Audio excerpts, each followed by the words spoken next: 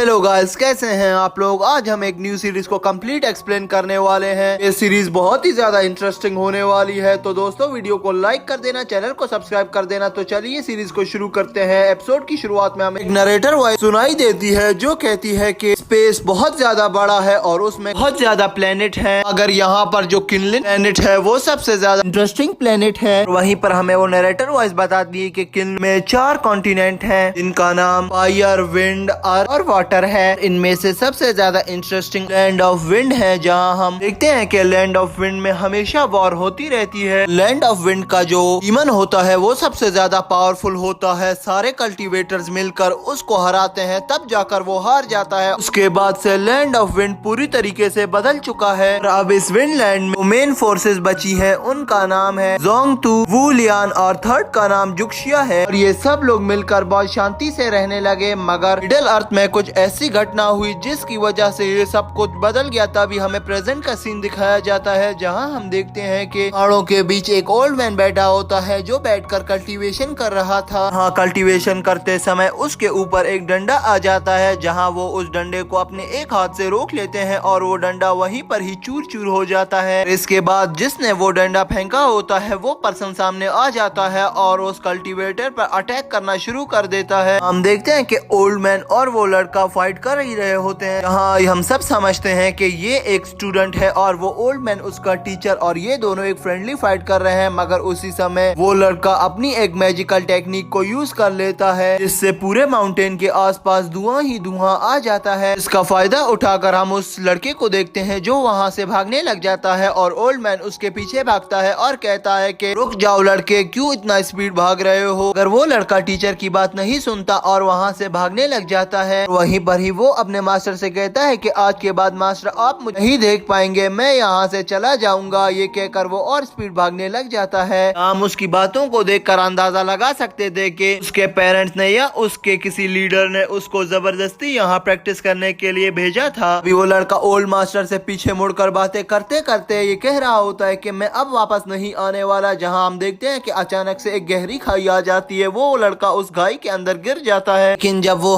खाई से गिर रहा होता है उसको हवा में ही एक लता मिल जाती है। वो उसे पकड़ लेता है और उस लता की मदद से ये लड़का बहुत सेफली ही नीचे उतर जाता है। और सेफली उतरने के बाद वो फिर से चलना शुरू कर देता है, जहाँ थोड़ा देर ही चलने के बाद उसको सामने एक शहर दिखाई देता है। इसको देखकर वो लड़का बहुत ज्यादा खुश होता है और कहता है कि अब यहाँ से मेरी नई स्टोरी शुरू होने वाली है। इसके बाद हम उस लड़के को देखते हैं जो उस शहर में एंटर हो जाता है। इतने बड़े शहर को देखकर वो बहुत ही ज्यादा खुश था और इसी खुशी के साथ वो पूरे शहर को एक्सप्लोर करता जा रहा था। मगर थोड़ा आगे जाने के बाद उसे एक भीड़ दिखाई देती है, जहाँ हम देखते हैं उस भीड़ को देखने के बाद ये लड़का भी उस भीड़ के पास चला जाता है, जहाँ वो देखता है कि सब लोग दीवार पे लगे उस बाउंटी पोस्टर्स को देख रहे हैं और वो लड़का भी उन पोस्टर्स को देखना शुरू कर देता है। हाँ, वो देखता है कि इस पोस्टर्स पे तो किसी क्रिमिनल्स के और यहाँ पर किसी मिसिंग पर्संस के नेम और उनकी पिक्स लगी हुई है। और तभी वहाँ हम शहर के 2 लोगों को देखते हैं जो आपस में बात करने लग जाते हैं और आपस में कह रहे होते हैं कि मैंने सुना है कि लिनियान हाल ही में जेल से फरार हो गया है और उसको पकड़ने वाले को 100 गोल्ड कॉइन्स मिलेंगे। और यहाँ पर ये बाउंटी पोस्टर पर लिखा हुआ है। सेकंड पर्सन वहाँ पर खड़ा हो कहता है कि ये यामिंग तो बहुत ज्यादा सिक्योर जेल है, यहाँ से वो पर्सन कैसे भागा। अभी हम उस लड़के को देखते हैं जो इस शहर में न्यू आया था। वो सोचने लग जाता है कि मैं अगर किसी क्रिमिनल को पकड़ लूंगा तो मुझे पैसे मिल जाएंगे और ये मेरे सर्वाइव करने के लिए बहुत अच्छे होंगे, जहाँ मैं ज्यादा पैसे कमाकर इस शहर में बहुत अच्छे तरीके से अपनी लाइफ को सर्वाइव कर पाऊंगा। हाँ, ये सोचने लग जाता है कि अब मैं इन क्रिमिनल्स को कैसे पकड़ूं। कहते ही वो उस पोस्टर की ओर देखने लग जाता है। जैसे ही वो उस पोस्टर को देखता है, उस बाउंटी पोस्टर में उस क्रिमिनल की पिक लगी हुई होती है, जहाँ पर वो उस पिक को देखकर बहुत ही ज्यादा डर जाता है और कहता है कि इसका चेहरा कितना डेंजरस है, मैं कैसे बचूंगा इससे। अगर मैं इसको पकड़ने गया तो ये मुझे ही मार डालेगा। और कहता है कि इसे तो मैं नहीं पकड़ने वाला, कोई आसान टारगेट मुझे ढूंढना होगा। तभी वो पूरे बाउंटी पोस्टर्स को छानबीन करने लग जाता है। हाँ, काफी ज्यादा ढूंढने के बाद उसे एक बिना पिक वाली पोस्टर दिखाई देती है। हाँ, वो उस पोस्टर को देखता है जिस पर लिखा हुआ होता है कि जीशिया की प्रिंसेस जिनका नाम लिया है वो लापता हो गई हैं। जो भी उसे ढूंढ लेगा उसे 1000 गोल्ड कॉइन्स दिए जाएंगे। अभी वहाँ शहर का खड़ा एक आदमी कहता है कि प्रिंसेस लिया को लापता हुए काफी टाइम हो चुका है और उसको काफी लोगों ने ढूंढा मगर उसको वो खोज नहीं पाए। है और उसकी फैमिली ने कहा है कि अगर इस वक्त उसको किसी ने भी ढूंढ लिया तो वो उसको मुंह मांगी इनाम देंगे। हाँ, हम उस लड़के को देखते हैं जो कहता है कि ये प्रिंसेस लिया तो बहुत ही ज्यादा रिच लग रही है, मुझे तो लगता है कि इसके पास बहुत ज्यादा पैसे हैं, मगर इसकी फैमिली इतनी बेवकूफ है, उसने इस बाउंटी पोस्टर पर उसकी एक पिक भी नहीं लगाई, तो हमें कैसे पता चलेगा कि प्रिंसेस लिया कौन है और कैसी दिखती है। ये कहकर वो वहाँ से निकल जाता है। तभी रास्ते में चलते चलते उसे एक बंदा टकरा जाता है, जहाँ उसको इस बंदे पर शक होने लगता है और कहता है कि यहीं पर रुक जाओ, जहाँ हम उस डरे हुए बंदे को देखते हैं जो वहीं पर रुक जाता है।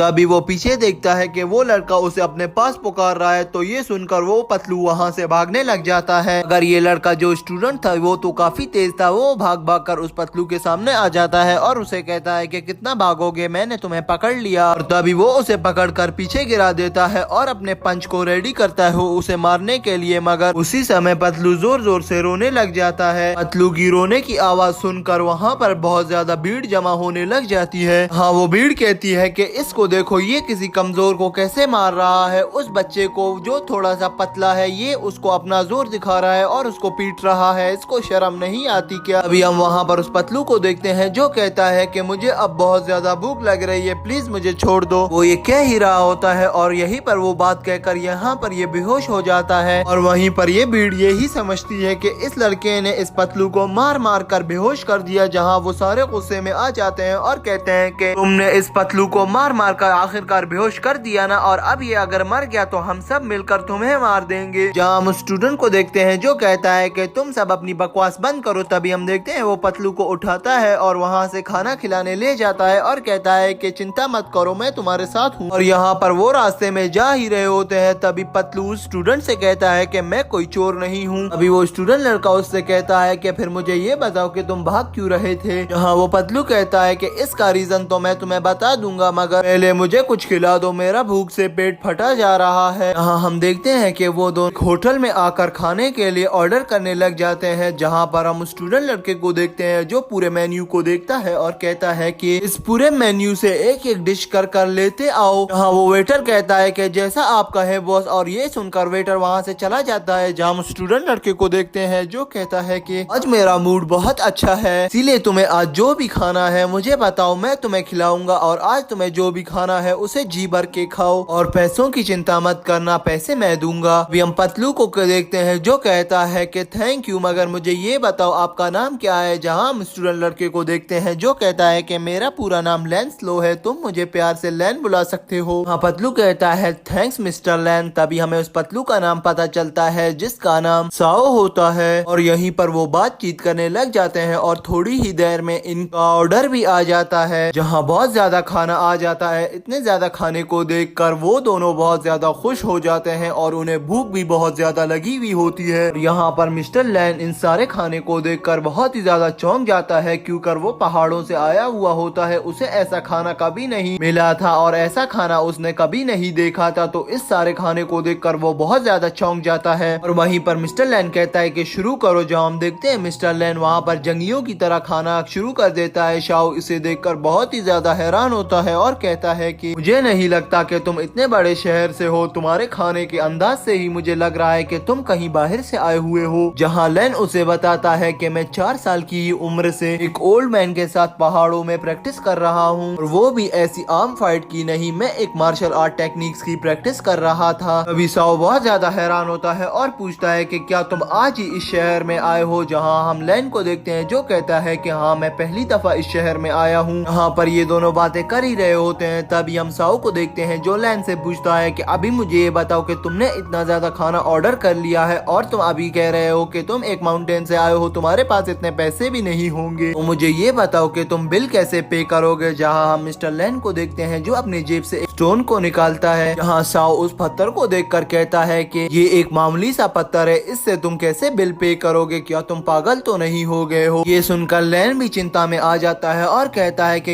ये क्या एक मामूली सा स्टोन है, मेरे मास्टर तो इसको बहुत ज्यादा छुपा कर रखते थे, मैं समझा ये एक कीमती स्टोन होगा, मगर तुम तो कह रहे हो ये एक आम सा स्टोन है। अभी शाओ को उस पर शक होने लगता है और वो लैन से कहता है कि मुझे लगता है कि अब तुम बिल नहीं पे कर पाओगे तो तुम मुझे ही यहाँ रेस्टोरेंट वालों के पास गिरवी रखवा कर जाओगे, ऐसा मैं नहीं होने दूंगा। ये कहकर वहाँ से साओ भागने लग जाता है और वहीं पर वो वेटर जिनने इन लोगों को फूड सर्व किया था वो इनकी सारी बातें सुन लेता है और अपने सारे वेटर्स को ले आता है और कहता है कि यही वो पर्सन है, अब इस लैन से हमें पैसे वसूल करने हैं किसी भी हालत में। मगर लैन तो यहाँ पर काफी ज्यादा स्ट्रॉन्ग था, वो तो उन तीनों की पिटाई कर देता है उल्टा और इन तीनों को मारकर वहाँ से भागकर निकल आता है। जहाँ वो भाग कर निकलता है तो उसे साओ भी वहीं पर नजर आता है। तभी वो भाग भाग कर उस नदी के किनारे वाले ब्रिज पर आ जाते हैं, जहाँ हम देखते हैं कि लैन साओ से कहता है कि तुम मुझसे दूर चले जाओ, तुम मेरे साथ क्यों आ रहे हो? जब से तुम मेरे साथ आ रहे हो मैं एक ट्रबल में फंसता ही चला जा रहा हूँ, मुझ पर मुसीबत आती जा रही है, तुम चले जाओ यहाँ से पागल। जहाँ साओ कहता है कि क्या तुम पागल तो नहीं हो गए, मैंने तो तुमसे नहीं कहा था कि इतने महंगे होटल में खाने के लिए चलो। तभी लैन कहता है कि ठीक है फिर अब चलो तुम अपने रास्ते और मैं अपने रास्ते में। ये कहकर वहाँ से हम लैन को देखते हैं वो चला जाता है, लेकिन साओ वहाँ पर लैन को देखकर उसके पीछे निकलता है और उसके सामने आकर रोक देता है उसे और उससे कहता है कि लैन मेरी बात सुनो प्लीज, तुम बहुत अच्छे हो, तुम मुझे भी अपने साथ ले जाओ ना, मैं अकेला रहकर यहाँ पर बुली नहीं होने वाला, सब मुझे यहाँ पर बुली करते हैं, प्लीज लैन मुझे अपने साथ ले जाओ। जहाँ हम लैन को देखते हैं जो कहता है कि ठीक है तुम मेरे साथ आ सकते हो। ये सुनकर साओ वहाँ पर बहुत ज्यादा हैरान होता है और कहता है कि क्या तुम सच कह रहे हो लैन? जहाँ लैन कहता है कि हाँ बिल्कुल मैं सच कह रहा हूँ, मेरा पीछा करो, आज से तुम मुझे अपना बड़ा भाई मान लो और जब मैं तुम्हें कोई काम दूं या कोई ऑर्डर दूं तो उसे मान लो, तुम्हारे पास कुछ खाना हो या कुछ पीना हो या कोई भी कपड़ा हो तो सब मुझे ला कर देना, चाहे कुछ भी हो। जहाँ हम देखते हैं साओ जोर जोर से हंसना शुरू कर देता है लैन की ये बातें सुनकर। जहाँ लैन कहता है कि इसमें हंसने की भी अब क्या बात है जो तुम हंस रहे हो पागल। जहाँ साओ कहता है कि मैं बहुत खुश हूँ इसीलिए मुझे हंसी आ रही है। वो दोनों वहाँ पर बातें कर ही रहे होते हैं, तभी हम देखते हैं एक सुंदर सी लड़की वहाँ पर अपने दो सर्वेंट्स के साथ आ जाती है, जिसे देखकर लैन की आंखें खुल जाती हैं और वो हक्का बक्का रह जाता है वहीं पर। और वो लड़की जैसे ही वहाँ से गुजर रही होती है वो जाते वक्त लैन को मुड़ कर भी देखती है। ये देखकर लैन के मन में बहुत सारे गिटार बजना शुरू हो जाते हैं और वो बहुत ज्यादा खुश हो जाता है। जहाँ साओ कहता है कि लैन पागल नहीं हो, ये मिस बर्बर जिल है, ये नोबल फैमिली से बिलोंग करती है और नोबल फैमिली के सदस्य बनना तुम्हारी औकात से बहुत बाहर है, तो तुम इसके सपने देखना अभी से ही बंद कर दो। जहाँ हम लैन को देखते हैं जो कहता है कि अगर इस मिस ने एक और दफा मुझे मुड़कर स्माइल पास की तो मैं इसी के ही पीछे पड़ जाऊंगा और इसी से ही मैं शादी करूंगा, फिर मुझे कोई भी नहीं रोक पाएगा। हम साओ को देखते हैं जो कहता है कि सपने देखना बंद करो मेरे बड़े भाई, और ये भी बात याद रख लो वो तुम्हें कभी भी दोबारा मुड़कर नहीं देखेगी। अभी हम उस लड़की को देखते हैं जो एक छोटी सी शिप पर सवार होती है और वो लड़की वापस से मुड़कर देख लेती है और उसी वक्त साओ बहुत ज्यादा हैरान हो जाता है और उसी समय बारिश भी शुरू हो जाती है। ये देखकर लैन बहुत ज्यादा खुश हो जाता है और कहता है कि देखो मैंने तुमसे कहा था ना, और अब तो भगवान भी यही चाहते हैं। ये कहकर वो दोनों बहुत ज्यादा खुश होते हैं। तभी हम लैन को देखते हैं जो उस लड़की के पीछे भागना शुरू कर देता है। अभी साओ भी उसके पीछे भागना शुरू कर देता है। दोनों भागते हुए एक बोट वाले के पास पहुंच जाते हैं, जहाँ वो बोट वाले से कहते हैं कि क्या तुम उस लड़की को जानते हो? तभी वो बोट वाला कहता है कि शायद उस प्रिंसेस को ये पता था कि आप दोनों यहाँ पर आने वाले हो, इसीलिए उस प्रिंसेस ने आप लेने के लिए 2 अम्ब्रेला छोड़े हैं। जहाँ हम देखते हैं कि वो शिपमैन उन दोनों को अम्ब्रेला दे देता है और कहता है कि इसे स्वीकार कीजिए। तभी साओ चाओ कहने लगता है कि ऐसा कैसे हो सकता है, उसे कैसे पता चला कि हम दोनों यहाँ पर आने वाले हैं। वहीं पर हम ही लैन को देखते हैं जो शिपमैन से कहता है कि क्या तुम हमें उस नदी के किनारे पर ले जा सकते हो। जहाँ हम उस शिपमैन को देखते हैं जो कहता है क्यों नहीं। तभी हम देखते हैं वो लोग उस नदी के किनारे चले जाना शुरू करते हैं अपनी उस शिप पर बैठकर। जहाँ वो बोट वाला शिपमैन उन लोगों से पूछने लग जाता है और कहता है कि क्या तुम दोनों यहाँ पर बिजनेस के सिलसिले से आए हो। जहाँ हम साओ को देखते हैं जो कहता है कि नहीं ऐसा नहीं है। और तभी बोट वाला दोबारा से कहता है तो फिर तो मुझे यकीन है कि आप लोग यहाँ पर पोएट्री करने आए होंगे। जहाँ साओ कहता है कि नहीं तुम पागल तो नहीं हो, अपने से ही तुक्के क्यों मार रहे हो। इसके बाद वो बोट वाला दोबारा से पूछता है कि क्या तुम लोगों के पास पैसे तो है ना उस पार जाने के लिए, तुम लोग जो इस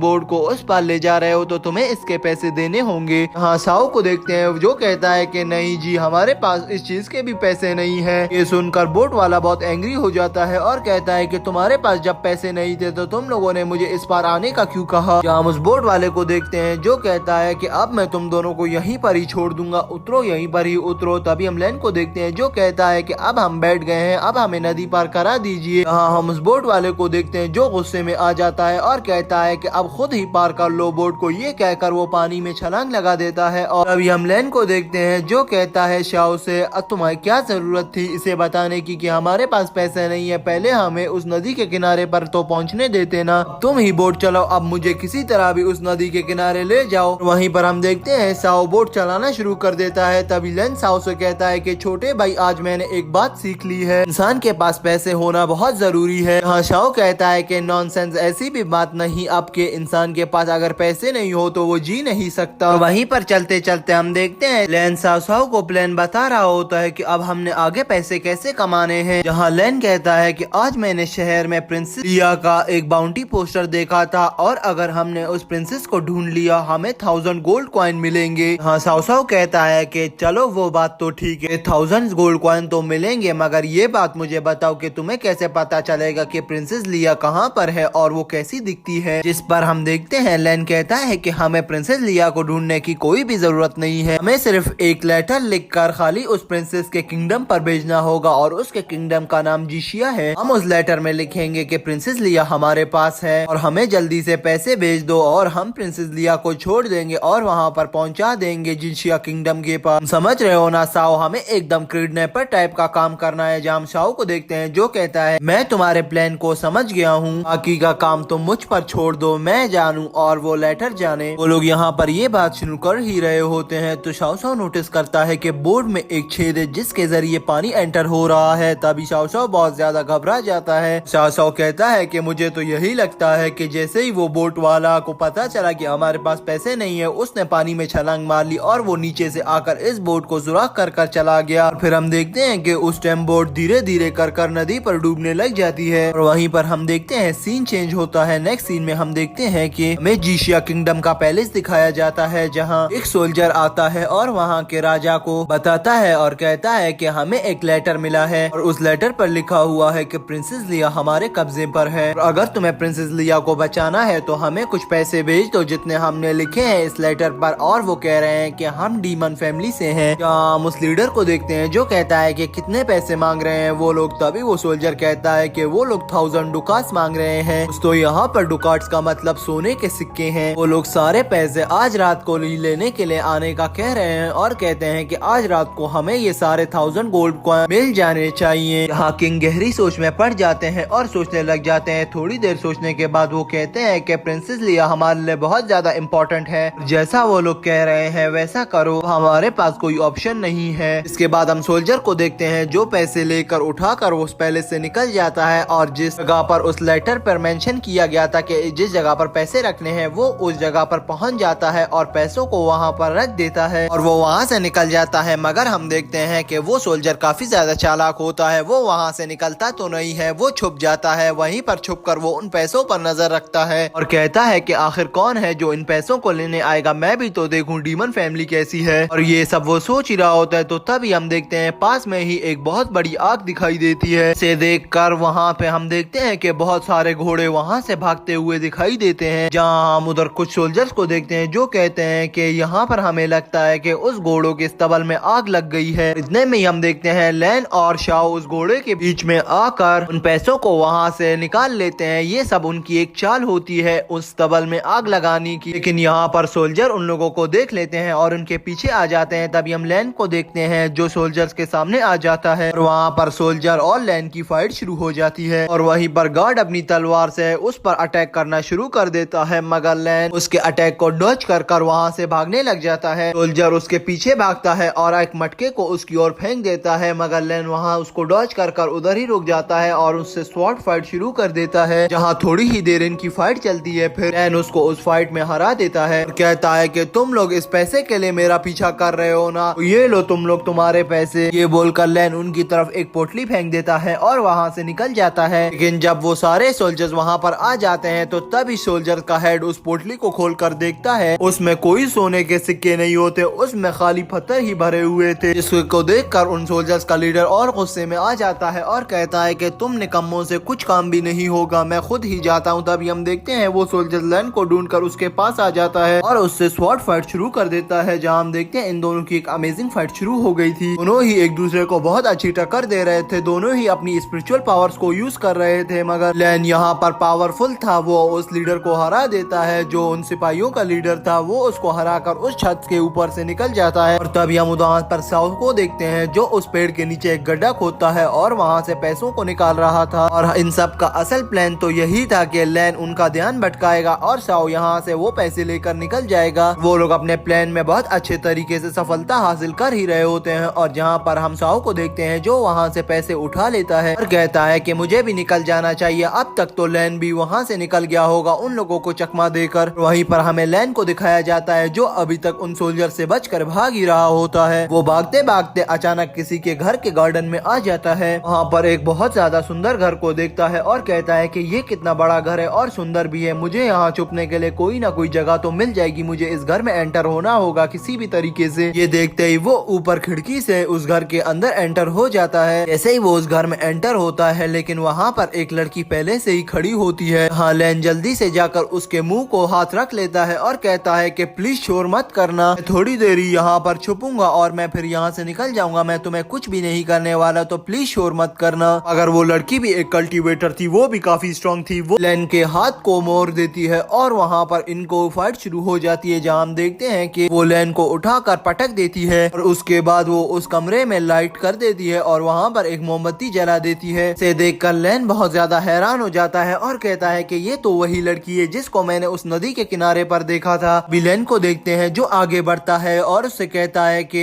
मैं तुमसे कहना चाहता हूँ कुछ, मगर घबराहट से मैं कुछ भी नहीं कर पा रहा। इस पर वो लड़की कहती है कि तुम्हें कुछ भी एक्सप्लेन करने की जरूरत नहीं है। अब तुम यहाँ पर इनवाइटेड भी तो नहीं थे और अब यहाँ पर तुम आ ही गए हो तो तुम मेरे मेहमान हो, मैं तुम्हारा ख्याल रखूंगी। अगर आपको बुरा ना लगे तो हम कुछ देर तक बैठकर यहाँ पर कुछ खा पी सकते हैं। जहाँ हम देखते हैं लैन उसकी बात को मानकर अंदर चला जाता है और एक डाइनिंग टेबल पर बैठ जाता है। दोनों ही वहाँ पर बैठकर एक दूसरे का इंट्रोडक्शन करने लगते हैं। हाँ, वो लड़की कहती है कि मेरा नाम गाओ है और तभी लैन कहता है कि मेरा नाम लैन स्लो है, तुम मुझे लैन पुकार सकती हो प्यार से। वहीं पर ही वो दोनों बातें करना शुरू कर देते हैं। जहाँ गाओ कहती है कि मेरा एक ख्वाब था, बचपन से ही मैं एक रेंजर बनना चाहती थी, लेकिन डरो मत, मैं तुम्हें कुछ भी नहीं करूंगी जब तक तुम यहाँ पर सेफ फील कर रहे हो। तुम यहीं पर रुको, जैसे ही बाहर का खतरा तुमसे टल जाएगा तुम बाहर जा सकते हो। हम लैन को देखते हैं जो उसे बहुत ज्यादा रिस्पेक्ट देता है और कहता है कि इसके लिए आपका बहुत बहुत धन्यवाद। हाँ, वो फिर से बातें करना शुरू कर देती है। तभी गाओ से कहती है कि मैंने अपने सेल्फ डिफेंस के लिए मार्शल आर्ट सीखा है, क्योंकि थोड़ी देर पहले तुमने देखा और तुम खुद ही बताओ कैसा मार्शल आर्ट टेक्निक थी। जहाँ हम देखते हैं लैन कहता है बहुत ही ज्यादा इंटरेस्टिंग टेक्निक्स थी और वो डर भी रहा होता है कि कहीं फिर से इसे पीटना ना शुरू कर दे। हम गाओ को देखते हैं जो कहती है कि इसके लिए मैं माफी चाहूंगी कि तुम्हें हर्ट किया मैंने। अभी हम देखते हैं वहाँ पर एक सर्वेंट आती है जो चाय को ले आती है, जिसको देखकर लैन बहुत हैरान होता है और कहता है कि ये लोग मेरी इतनी खातिरदारी क्यों कर रहे हैं। बहुत सोचने के बाद वो फिर उस चाय को पी लेता है। तभी हम देखते हैं कुछ ही देर बाद वहाँ से लैन निकल जाता है और कहता है कि अब मुझे चलना चाहिए। ये कहकर लैन वहाँ से निकल ही रहा होता है तो तभी वहाँ पर एक सर्वेंट आती है और लैन को एक रुमाल देती है जिस पर कुछ लिखा हुआ होता है। लैन उसे ले लेता है और उसे पढ़ता है जिसमें एक मैसेज लिखा हुआ होता है। हाँ, लैन उसको पढ़ना शुरू कर देता है तो तभी उसे पता चलता है कि ये एक मैसेज के रूप में एक पोयम लिखी हुई है जो कि लैन को समझ नहीं आता। वो बहुत कोशिश करता है उस पोयम को पढ़ने की मगर उसे कुछ भी समझ नहीं आता। मगर यहाँ पर वो उस मिस पर्पल की हैंड राइटिंग को बहुत ज्यादा नोटिस कर रहा था और कह रहा था कि ये मिस की राइटिंग तो बहुत ही ज्यादा प्यारी है। इतनी मिस गाओ प्यारी है उतनी ही ज्यादा उसकी राइटिंग भी उसी हिसाब से प्यारी है। और वहाँ पर ये बहुत ही ज्यादा खुश हो रहा था और कहने लगता है कि मिस ने मुझे अपना पर्पल रुमाल दिया है, कुछ ना कुछ बात तो है, कहीं मिस को मुझसे प्यार तो नहीं हो गया। ये बातें सोचकर वहाँ पर हम देखते हैं लैन बहुत ज्यादा खुश होने लग जाता है और वो अपनी आंखों को मटकाना शुरू कर देता है और खुशी से वहाँ से निकल जाता है। तभी हम देखते हैं कि वहाँ पर मिस गाओ खड़ी ये सब देख ही रही होती है कि लैन किस तरह खुश हो रहा है उसके उस रुमाल को देखकर। वहीं पर मिस गाओ कहती है कि ये तो काफी ज्यादा इंटरेस्टिंग पर्सन है। और तभी वहीं पर हमारा सीन चेंज हो जाता है। नेक्स्ट सीन में हम देखते हैं कि मिस्टर गाओ एक चाय पीने वाली जगह पर बैठकर वो सोच रही होती है, जहाँ पर हम देखते हैं कि वहीं पर एक सफेद कपड़े में कोई मिस्टीरियस आदमी आ जाता है जो मिस्टर गाओ के पीछे आता है और कहता है कि ये वही है। तभी मिस्टर गाओ कहती है कि क्या ये वही है जिसके बारे में मिस्टर सीफू कह रहे थे। तो तभी हम उस मिस्टीरियस पर्सन को देखते हैं जो कहता है कि हाँ वही है ये कहकर वो मिस्टर पर्पल से कहता है कि तुम बिल्कुल अच्छा कर रही हो, जैसे तुम कर रही हो बिल्कुल इसी हिसाब से ही चलती रहो। और तुमने अपनी कल्टीवेशन को और इंक्रीज करना है तो तुम्हें इसकी सेक्रीफाइंग देनी ही होगी, वरना तुम आगे नहीं बढ़ सकती हो। अगर तुमने अभी इसको कल्टीवेशन को अपनी इम्प्रूव करना है तो तुम्हें यही टास्क दिया गया है कि तुम्हें इसके पास रहना है और इसे प्रोटेक्ट करते रहना है जब तक सही समय नहीं आ जाता। वहीं पर ही सीन चेंज हो जाता है, हमें नेक्स्ट डे का सीन दिखाया जाता है जहां हम देखते हैं कि लैन और साओ बैठे हुए होते हैं एक किनारे पर और बातें कर रहे होते हैं। जहां हमें पता चलता है कि साओ लैन से नाराज हो जाता है और कहता है कि जहां लेंसलो कहता है कि क्या तुम पागल तो नहीं हो गए हो साउथ, मैं तुम्हारा बिग ब्रदर हूँ, तुमने मुझसे प्रॉमिस किया था कि तुम कभी मुझसे नाराज नहीं होगे और अभी तुम मुझसे नाराज होकर मुंह फुलाकर उधर बैठे हुए हो, कहीं तुम पागल तो नहीं हो गए साओ। अगर साओ उसकी बात नहीं सुनता, लैन इतना उसको मनाता है मगर साओ अभी भी मुंह फुलाकर बैठा होता है। उसने सब कहने के बाद भी वहाँ पर साओ उसकी बात नहीं मानता तो तभी हम लैन को देखते हैं जो अपने एक को उठाता है और कहता है कि साओ इसे देखकर तुम जरूर खुश हो जाओगे मुझसे। यहाँ साओ कुछ देर के बाद उसको रिप्लाई कर देता है और कहता है कि तुम पागल तो नहीं हो, मैं पूरी रात तुम्हारा उस ब्रिज पर वेट कर रहा था, वो भी पागलों की तरह सारी रात मैं उस ब्रिज पर खड़ा रहा हूँ और तुम वहाँ उस हाउस में बैठकर उस लेडी के साथ मजे कर रहे थे। तुम ये मत समझना कि मैं तुमसे बात कर रहा हूँ तो मैंने तुम्हें माफ कर दिया, मैंने तुम्हें माफ नहीं किया और मैं तुम्हें कभी माफ करूंगा, तुम एक पागल से बेवकूफ से पर्सन हो। अभी हम देखते हैं कुछ देर बाद वहाँ पर सीन चेंज हो जाता है। नेक्स्ट सीन में हमें दिखाया जाता है लैन और साओ एक कपड़े की दुकान पर आ जाते हैं जहाँ लैन साओ को कपड़े दिलाने के लिए प्रॉमिस करता है और कहता है कि मैं तुम्हें न्यू क्लोथ्स दिलाऊंगा और ये कहते ही वो लोग वहाँ पर एक शॉप पर एंटर होते हैं जहाँ पर एक सर्वेंट लेडी उनका वेलकम करती है। वहीं पर ही साओ नए कपड़े पहनकर आ जाता है जिसे देखकर लैन बहुत ज्यादा खुश होता है और कहता है कि ये हुई ना बात, अब तुम बहुत ज्यादा अच्छे लग रहे हो न्यू क्लोथ्स में अपने। जहाँ साओ कहता है कि तुम टेंशन मत लो, तुम भी कुछ कम नहीं हो मेरे बड़े भाई। ये कहकर साओ और लिन वहाँ से निकल जाते हैं। रास्ते में हम देखते हैं कि लैन साओ से पूछता है कि तुम हमारे रहने के लिए कोई जगह ढूंढ रहे थे ना, उसका क्या हुआ। तभी हम साओ को देखते हैं जो लैन से कहता है कि तुम बस मेरे साथ चलो, मैं तुम्हें वो जगह का दिखा दूंगा और तुम खुद उस जगह को बहुत पसंद करोगे। जिसके बाद हम देखते हैं कि वो दोनों अपने नए घर में एंटर हो जाते हैं एंड उस जगह को देखकर काफी ज्यादा हैरान होता है और कहता है कि इतनी प्यारी जगह तुमने कैसे ढूंढी साओ। साओ कहता है कि बस अब इस बात को छोड़ दो, तुम मुझे ये बताओ कि ये कितना प्यारा है और कितना अच्छा तुम्हें अच्छा लगा ना। जहाँ लैन कहता है ये बहुत ज्यादा ही खूबसूरत है। और दोनों ही वहाँ पर बहुत ज्यादा खुश हो गए थे क्योंकि अब उनको सेटल होने के लिए कोई प्लेस और कोई यार्ड मिल गया था जहाँ वो रह सकते थे और अपनी रात वहाँ पर बिता सकते थे। वहीं पर हम देखते हैं सीन चेंज हो जाता है, हमें उसी रिवर के पास का सीन दिखाया जाता है जहाँ शाम हो चुकी थी। हाँ, लैन और साओ बातें कर रहे होते हैं। लैन साओ से कहता है कि मैं एक बात याद होगी, तुमने मुझसे एक बात कही थी। जहाँ साओ कहता है कि लैन भाई कौन सी बात। यहाँ लैन कहता है कि याद है तुमने मुझे बताया था कि तुम पढ़ लिख सकते हो,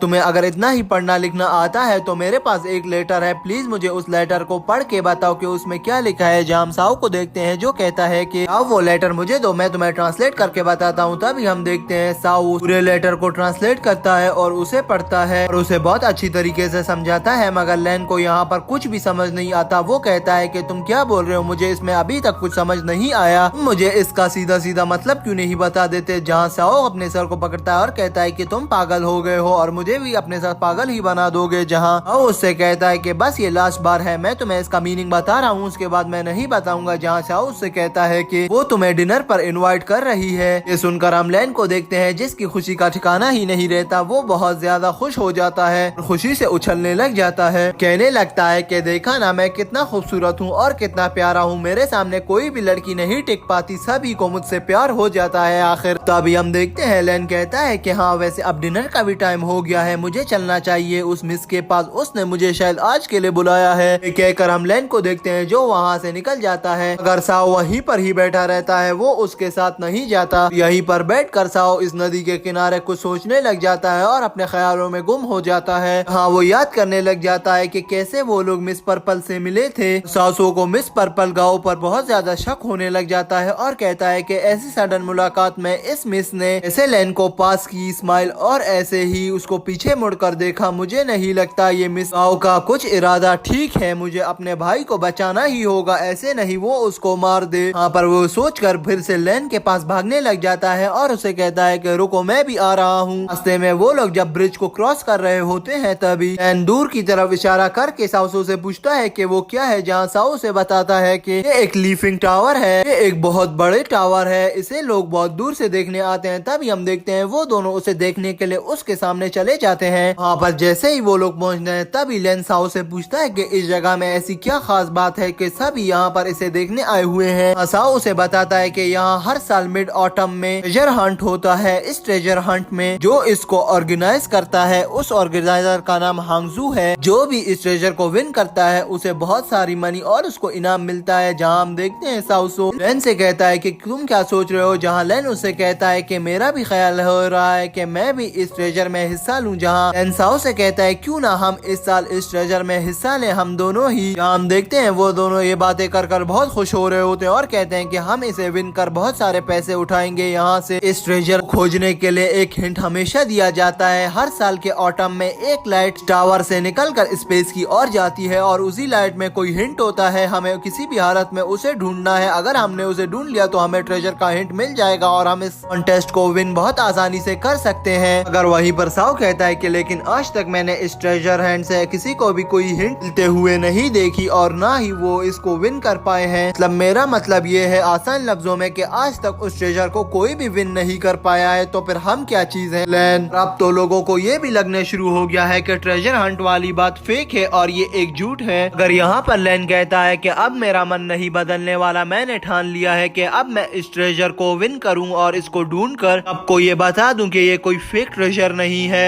अगर मैंने इस ट्रेजर को विन कर लिया या मैंने इसे खोज लिया तो मैं इस ग्राउंड में बहुत ज्यादा फेमस हो जाऊंगा और इस सिटी में भी मेरा नाम लिया जाएगा, मैं बहुत फेमस हो जाऊंगा। तो मुझे किसी भी हालत में इस ट्रेजर को ढूंढना है। मेन मकसद तो मेरा ये है कि इससे मिस साओ भी इम्प्रेस हो जाएगी और मेरा इम्प्रेशन उसके सामने एक अच्छा इम्प्रेशन जाएगा। तो मेरा यही एक अपना बन चुका है अब के मैं इसे विन करूं। अगर साओ यहाँ पर मिस गाओ का नाम सुनकर खुश नहीं होता और सोचने लग जाता है कि कहीं ये इसे कुछ नुकसान ना पहुंचा दे। मिस ये पता नहीं क्यों उस मिस में कुछ गड़बड़ लग रही है। तभी साओ कहता है कि मुझे नहीं पता मगर हाँ मैं तुम्हारी पूरी मदद करूंगा, तुम टेंशन मत लो मेरे भाई। और तभी वहाँ पर उन दोनों को बहुत ज्यादा गर्मी लगना शुरू हो जाती है। जहाँ हम देखते हैं कि लेन साओ से कहता है कि मुझे बहुत गर्मी लग रही है, चलो कहीं पूल पर जाते हैं और नहाते हैं। अगर साओ उसे वहीं पर मना कर देता है और कहता है कि नहीं अब हम नहीं जा सकते, यहाँ पर नजदीक पर कोई भी ऐसा पूल नहीं, जितने भी पूल है वो हमसे बहुत ज्यादा दूर है और इतना दूर अभी पैदल ऐसे नहीं जा सकते। हाँ लेन कहता है कि तुम पागल तो नहीं, मुझे ऐसे लड़कियों की तरह मना कर रहे हो। और दोस्तों यहीं पर ही हमें पता चल जाता है कि साओ एक लड़की है, वो लड़के के रूप में घूम रही है यहाँ पर छुप कर सबसे। और यही प्रिंसेस लिया है जो सबसे छुपी हुई है। आज तक प्रिंसेस लिया को किसी ने भी इसलिए नहीं देखा क्योंकि वो एक लड़के के रूप में छुप कर घूम रही है और सब लोग इसको साओ समझते हैं। और आप सबने भी दोस्तों ये नोटिस किया होगा कि साओ एक लड़की की तरह है, उसका चेहरा और उसके बाल और उसके चलने का स्टाइल बिल्कुल लड़कियों की तरह था। और वहीं पर हम देखते हैं दोस्तों सीन चेंज हो जाता है। नेक्स्ट सीन में हमें दिखाया जाता है कि वो दोनों एक शराब की दुकान में आ गए थे और दोनों ही ड्रिंक कर रहे थे। जहाँ लेन लिया को ड्रिंक के लिए कहता है मगर लिया तो साओ बन के घूम रही थी और उसे पता था कि मैं अगर यहाँ पर ड्रिंक कर लूंगी तो मैं अपने मुंह से सारा सच उगल बैठूंगी, तो मुझे किसी भी हाल में ये ड्रिंक नहीं पीनी। वो बहुत ही ज्यादा परेशान होती है और कहती है कि नहीं लेन मैं ये ड्रिंक नहीं पी सकता हूँ। हाँ लेन कहता है कि तुम क्यों उदास हो रहे हो, इसमें उदास होने की क्या बात है मेरे छोटे भाई। अगर साओ साओ वहाँ पर कहता है कि चुप करो, मैं बहुत गुस्से में हूँ, मैं तुम्हें नहीं छोड़ूंगा, अगर इसके बाद तुमने एक बात भी की तो। ये कहकर साओ वहाँ से बाहर निकल जाता है और वो बहुत ही गुस्से में आ गई थी और वो बहुत ज्यादा फ्रस्ट्रेट हो चुकी थी। बाहर आके वो सोचती है कि ये लेन हमेशा मुझे परेशान करता रहता है, हमेशा मैं इसी के ही बारे में सोचती रहती हूँ, ये इतना बुरा भला करता है मेरे साथ फिर भी मैं इसका साथ देती हूँ, कहीं मुझे इससे प्यार तो नहीं हो गया। वो इस बात को चेक करने के लिए एक फूल को उतारती है और उसकी पंखुड़ियों को तोड़ने लग जाती है। हाँ पहली पंखुड़ी तोड़कर वो कहती है कि मैं इसे पसंद करती हूँ और दूसरी पंखुड़ी फेंकती है, तब कहती है कि नहीं मैं इसे पसंद नहीं करती। ऐसा करते करते उसने पूरा फूल तोड़ दिया था और लास्ट पंखुड़ी बच गई थी और जहाँ पर उसका यही कहना था कि वो उसको लाइक करती है। वहाँ पर वो बहुत ज्यादा शर्मा जाती है। इसके बाद वो शर्म से उस जगह से निकल जाती है और गार्डन में चली जाती है और टहलना शुरू कर देती है। तभी उसे वहाँ पर घूमते घूमते दो लोगों की आवाज सुनाई देती है जो आपस में बात कर रहे होते हैं। हाँ वो सुनती है कि एक पर्सन बात कर रहा होता है कि अगर तुम मुझे मेरा राज दिलाने में मदद करोगे तो मैं तुम्हें अपने आर्मी का जनरल कमांडर बना दूंगा। यहाँ पर वो लोग यहाँ पर बैठकर किसी को मारने का प्लान बना रहे थे। अगर इधर बैठकर एक बंदे को यहाँ पर थोड़ा डाउट हो रहा था जो कह रहा था कि ये जो हम कर रहे हैं ये सही होगा। इस पर वो दूसरा पर्सन कहता है कि ये बिल्कुल सही है और तुम इसकी चिंता मत करो, मेरे पास एक प्लान है, किसी को भी कानो कान कुछ भी खबर नहीं होगी, तुम टेंशन मत लो मेरे भाई, कोई भी ये नहीं जान पाएगा कि हमने उसको मारा है, तुम मुझे खुद बताओ कि क्या तुम्हें अपने भाई की पोजीशन नहीं लेनी। तभी हम देखते हैं वो मोटू कहता है कि वो तो मुझे चाहिए, मगर मैंने पहले भी काफी बार उसको मारने के लिए ट्राई किया है, लेकिन हर बार मैं नाकामयाब रहा हूँ। बाहर से हम देखते हैं साओ उसकी बात सुन रही थी और उसने उस मोटे आदमी को पहचान भी लिया था। हाँ, वो उसको देखकर कहती है कि ये तो जियाओ है, कमांडर है, वो भी हांजू आर्मी का। लेकिन साओ को वहाँ पर पता नहीं चल रहा था कि ये लोग किस चीज का प्लान बना रहे हैं, किस पर्सन को मारने का। इसके बाद वो सोचने लगती है कि मुझे यहाँ से जल्दी से निकलना होगा, और अगर इन लोगों को पता चल गया कि मैंने इनकी बातें सुनी है तो ये मुझे कभी भी नहीं छोड़ेंगे, मुझे यहीं पर ही मार डालेंगे। वो यहाँ से जाने ही वाली थी तो तभी हम देखते हैं वहाँ पर लैन आ जाता है, जो कहता है कि साओ खिड़की के पास खड़ी होकर आखिरकार क्या कर रही हो। जहाँ साओ उसको चुप होने का इशारा देती है, मगर ऐसे चुप कर तुमने किसी की बातें सुनना अच्छा नहीं है और किसी की बातें सुनना अलाउ भी नहीं है, क्या तुम पागल हो कि किसी की बातें सुन रही हो। जहाँ साओ कहती है कि चुप करो बेवकूफ। कर तब तक काफी देर हो चुकी थी। अंदर बैठे उन दोनों पर्सन्स को ये समझ आ गया था कि उनकी बातें बाहर खड़ा कोई सुन रहा है। सुनकर वो दोनों अपने गार्ड्स को कहते हैं कि जाओ उनका पीछा करो और उन्हें मार डालो, उन्हें किसी भी हालत में जिंदा नहीं छोड़ना, वरना हमारे सारे प्लान पर पानी फिर जाएगा। अभी बहुत ज्यादा सैनिकों को देखकर वो दोनों वहाँ से भागना शुरू कर देते हैं। रास्ते में लैन साओ से पूछता है कि इतने सारा गुंडे हमारे पीछा क्यों कर रहे हैं, तुमने कुछ किया तो नहीं है। जहाँ साओ कहता है कि ये सब तुम्हारी वजह से हुआ है, अगर तुम वहाँ पर आकर अपना मुंह नहीं खोलते तो अब हम दोनों बच जाते, अब ये हमें नहीं छोड़ेंगे। और वो दोनों भागते भागते एक ऐसी जगह पर पहुंच चुके थे जहाँ पर दोनों तरफ से रास्ता बंद था। वो दोनों बहुत ज्यादा हैरान हो गए थे और कहते थे अब रास्ता बंद है, अब आगे हम कैसे जाएंगे। अगर उस टाइम तक तो वो बड़ा गेट भी बंद हो गया था जहाँ से आगे न बढ़ने का रास्ता था। इतने में ही हम देखते हैं कि वो सारे गुंडे वहाँ पर पहुँच जाते हैं। अभी लैन साओ से कहता है कि तुम उस गेट को खोलने की कोशिश करो, मैं इनको संभालता हूँ। इस पर साओ कहता है कि क्या तुम इतने सारे लोगों से अकेले लड़ पाओगे,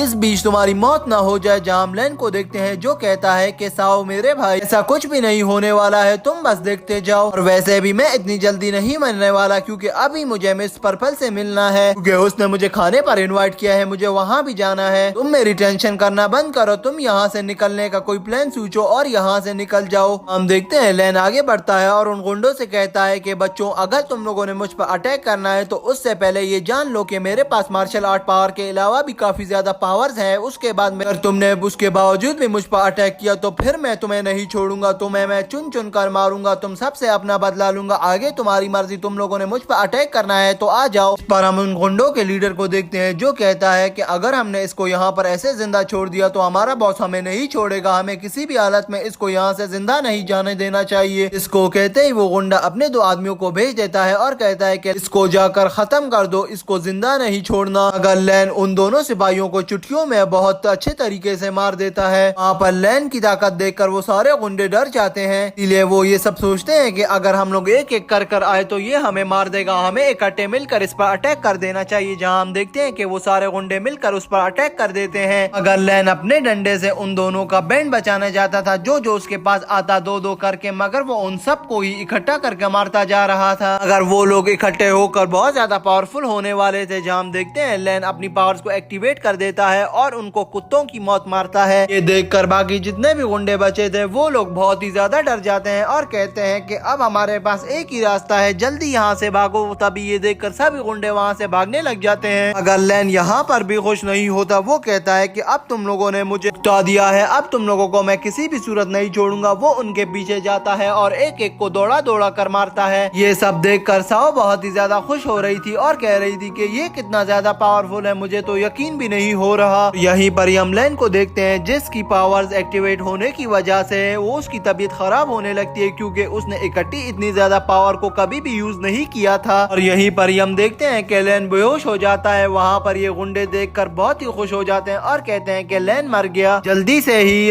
वो एक गुंडा उसके पास आता है और देखता है और कहता है कि नहीं, ये मरा नहीं है, ये बेहोश है, ये बहुत ज्यादा खतरनाक है। अभी भी हमारे पास मौका है कि अगर हम इसे बेहोशी की हालत में मार देते हैं तो सही है, अगर ये होश में आ गया तो हम में से किसी को भी नहीं छोड़ेगा। की बातें सुनकर साओ को गुस्सा आने लगता है, मगर वो सोचता है कि ये तो इतने सारे हैं, मैं इनसे लड़ नहीं सकती हूँ, मगर मैं यहाँ से भाग तो सकती हूँ। वहीं पर हम लैन को देखते हैं जो सासो की कमर पर आता है। लैन सासो को उठाता है और वहीं से भागने का सोच लेता है, अगर साओ लैन को उठा नहीं पा रहा होता क्योंकि लैन काफी ज्यादा भारी था। यहाँ साओ अपने हाथ को काटकर अपनी ब्लड एनर्जी को एक्टिवेट करता है, जिसके वजह से उसके अंदर काफी ज्यादा पावर्स एब्जॉर्ब हो रही थी। वहीं पर वो कहता है कि ये हुई ना बात। जहाँ हम देखते हैं कि वह लेन को अपनी कमर पर उठाकर वहाँ से भागना शुरू कर देता है और भागते भागते वो काफी दूर आ गया था। तभी उसे एक दीवार नजर आती है जिस पर एक छेद होता है। वो सोचती है कि ना इस छेद के अंदर मैं छिप जाऊं कि गुंडे हमें ढूंढ ना सके और वो यहाँ से निकल जाएं। यहाँ पर साओ भी थक चुकी थी क्योंकि आज पहली बार उसने अपनी एनर्जी को कल्टीवेट किया था और अपनी एनर्जी को यूज किया था। तभी कुछ ही देर बाद वो गुंडे वहाँ पर आ जाते हैं और वो देखते हैं कि वो लोग कहीं भी नहीं मिल रहे। तभी वो लोग सोचते हैं कि कहीं इस दरार के अंदर तो ये लोग नहीं छुप गए। अभी हम देखते हैं कि उन लोगों को सब दूर से ही मिस्टर पर्पल देख रही होती है। तभी वो देखने लग जाती है कि अभी मिस्टर लेन और खतरे में है, मुझे किसी भी हालत में उनको बचाना होगा। तभी हम देखते हैं वो अपनी एनर्जी का यूज करके उधर 3 एरो फेंक देती है जिसकी वजह से उन गुंडों का ध्यान वहाँ से डिस्ट्रैक्ट हो जाता है। तभी उनका सारा ध्यान उस मिस पर्पल पर आ जाता है जहाँ वो मिस पर्पल से पूछते हैं कि तुम कौन हो और तुम आखिर चाहती क्या हो जो तुम हमारे पास आई हो इनको बचाने। इस पर मिस पर्पल कहती है कि मेरी एक ही बात है और ये बात लास्ट है, इसके बाद मैं तुम्हें कुछ भी नहीं कहूंगी, उन दोनों को जाने दो यहाँ से। इसकी बात सुनकर वो गुंडों का लीडर हंसना शुरू कर देता है और कहता है कि तुम अपने आप को आखिरकार समझती क्या हो लड़की, और तुम्हें क्या लगता है कि तुम्हारे कहने से हम उसको ऐसे ही छोड़ देंगे। और वो सब मिलकर वहाँ पर मिस पर्पल का मजाक उड़ाने लग जाते हैं, कहने लग जाते हैं कि आखिरकार एक लड़की हमारा क्या ही बिगाड़ सकती है। इनकी ये सब बातें सुनकर मिस पर्पल को बहुत ज्यादा गुस्सा आने लग जाता है और वो कहती है कि अब तुम लोग को मैं नहीं छोड़ने वाली, बहुत हुई मेरी बर्दाश्त। वो अपनी स्पेशल पावर का यूज करके एक अटैक बना लेती है। ये अटैक काफी ज्यादा पावरफुल होता है और इसी अटैक में वो सारे गुंडे फंस गए थे और उन सारे गुंडों का हालत खराब होता जा रहा था उस अटैक में गोल गोल घूमने की वजह से, और वो सभी गुंडे वहाँ से नीचे गिर जाते हैं। जिसके बाद हम देखते हैं सीन चेंज हो जाता है। नेक्स्ट सीन में हमें दिखाया जाता है कि साओ लेन को अपनी पीठ पर बिठाकर भाग ही रही होती है और वो कहने लगती है कि अभी उन गुंडों की आवाज नहीं आ रही, मुझे लगता है कि उन लोगों ने हमारा पीछा करना बस कर दिया है। और वहीं पर हमें पर्पल को दिखाया जाता है जो सोच रही होती है कि ये दोनों उनके मैटर में आखिरकार फंस कैसे गए। यहीं पर वो इन दोनों के बारे में चिंता करने लग जाती है और कहती है कि मुझे लगता है कि अभी ये बार बार ऐसे फंसते रहेंगे, मैं इनको कितना बचाऊंगी, अगर जितना हो सका मैं इन दोनों को प्रोटेक्ट करूंगी, खासकर लेन को। वहीं पर सीन चेंज हो जाता है। नेक्स्ट सीन में हम देखते हैं कि वो दोनों अपने यार्ड पर वापस आ जाते हैं और वहीं पर सो जाते हैं जहाँ साओ को सपने में अपने पुराने समय को याद कर रहा होता है जहाँ पर वो एक प्रिंसेस थी और अपने महल पर रहती थी। और तभी हमें दिखाया जाता है कि जब प्रिंसेस लिया को वहाँ की राजगद्दी संभालने के लिए एक टेस्ट देना था, वो उस टेस्ट में फेल हो जाती है और उसके बाद हम कुछ और देख पाते उससे पहले ही साओ होश में आ जाती है। और थोड़ी देर बाद हम लेन को देखते हैं जो भी होश में आ गया था और कहता है कि मेरे सर में बहुत दर्द था, शुक्र है कि मैं सो गया। वो अपने आप को घर में देखकर बहुत ज्यादा हैरान था और कह रहा था कि मैं तो कल रात फाइट करते हुए उसी जगह पर बेहोश हो गया था, फिर मैं कैसे बच गया। और वहीं पर वो साओ को देखकर बहुत ही ज्यादा हैरान होता है और कहता है कि क्या तुम मुझे यहाँ पर लाई हो। जहाँ साओ कहती है कि हाँ, क्या तुम पागल तो नहीं हो, तुम्हारे और मेरे अलावा वहाँ पर कौन था जो हमें बचाएगा, और आखिर तुम्हें कल हीरो बनने की जरूरत क्या थी, इतने सारे लोग थे, अगर तुम वहाँ पर मर जाते तो फिर मेरा क्या होता, मैं इधर क्या करता अकेला। साओ बहुत ज्यादा फिर से परेशान होने लग जाता है और लेन से पूछता है कि बस बाकी बातें अब छोड़ दो, मुझे बताओ कि तुम्हारी चोट कैसी है और तुम अब घायल तो नहीं होना। हाँ, लेन कहता है कि मेरी चोट अब ठीक हो रही है, अब मुझे पता है कि कुछ ही दिन में मैं वापस से एक्टिव हो जाऊंगा और अपनी एनर्जी को फिर से बहुत अच्छी तरीके से यूज करना शुरू कर दूंगा, मैं उसकी टेंशन लेने की कोई भी जरूरत नहीं, लोग कहीं घूमने चलते हैं। तभी हम देखते हैं वहीं पर सीन चेंज हो जाता है। नेक्स्ट सीन में हमें लेन और साओ को दिखाया जाता है जो कि अपने घर के बाहर एक बेम्बो फॉरेस्ट में टहलने के लिए निकल गए थे। हाँ, साओ लेन को कहता है कि कल रात हम तुम्हारी वजह से इतनी बड़ी मुसीबत में फंसने वाले थे। हाँ, लेन कहता है कि क्या मेरी वजह से, अब ऐसा भी क्या कर दिया था मैंने तो खाली तुम्हें आवाज लगाई थी कि वहाँ पर किसी की बातें मत सुनो। पर साओ कहती है कि मैं उनकी बातें नहीं सुन रही थी, मेरा ध्यान अचानक से उनकी आवाज पर गया जहाँ वो लोग किसी को मारने का सोच रहे थे, तो इसीलिए मैं उनकी बातों को सुनने लग गई। उनमें से तो एक बंदा फर्स्ट आर्मी का कमांडर था, मैंने तो वहाँ पर ये सुना है कि वो अपनी भाई की पोजीशन लेने के लिए अपने भाई को ही मारना चाहता है, और अब बेवजह हम उनके मैटर में फंस चुके हैं, उन लोगों ने हमारा चेहरा भी देख लिया है, अब हमें किसी तरीके से भी अपने आप को बचाना होगा वरना वो लोग हमें मार देंगे। इसके बाद हम देखते हैं लेन साओ से कहता है कि तुम्हें चिंता करने की कोई जरूरत नहीं है, तुमने कल देखा होगा मैंने किस तरीके से फाइट की थी उन लोगों के साथ और उन लोगों को कैसे मारा था, और मुझे तो गुंडों से लड़कर मेरी प्रैक्टिस हुई है, मुझे उनसे लड़कर बहुत ज्यादा मजा आया है। साओ कहता है कि बस ज्यादा ओवर कॉन्फिडेंस मत करो और अपने को इतना शो खोखे मत बनाओ कि तुम हर किसी के साथ जाकर अब फाइट करना शुरू कर दो, अब अपनी में रहो। वहीं पर लेन कहता है कि तुम चिंता मत करो, तुम्हारा बिग ब्रदर साथ है तो तुम किस चीज की चिंता करती हो, चलो अभी मुझे मिस पर्पल से मिलना है। जहाँ वो मिस पर्पल से मिलने के लिए निकल जाता है और उसके घर के सामने आकर दरवाजे को नॉक करना शुरू कर देता है। तभी कुछ ही देर बाद उसकी सर्वेंट वहाँ पर दरवाजा खोलती है। तो तभी वहाँ पर लेन उस सर्वेंट से पूछता है कि क्या मिस पर्पल अभी घर पर है। जहाँ वो सर्वेंट उससे कहती है कि हाँ वो अंदर ही है, आप लोग अंदर आ जाएं। अंदर जाते ही वो उन दोनों मिस पर्पल का गार्डन देखकर बहुत ही ज्यादा हैरान होते हैं और चौंक जाते हैं कि वो गार्डन बहुत ही ज्यादा सुंदर था और बहुत ज्यादा बड़ा था और शाइनी गार्डन था। तभी फिर वो हम देखते हैं कि वो दोनों अंदर जाकर मिस पर्पल से मिलते हैं। हाँ मिस पर्पल उन दोनों को वेलकम करती है। वहाँ पर हम लेन को देखते हैं जो मिस पर्पल से माफी मांग रहा होता है और कहता है कि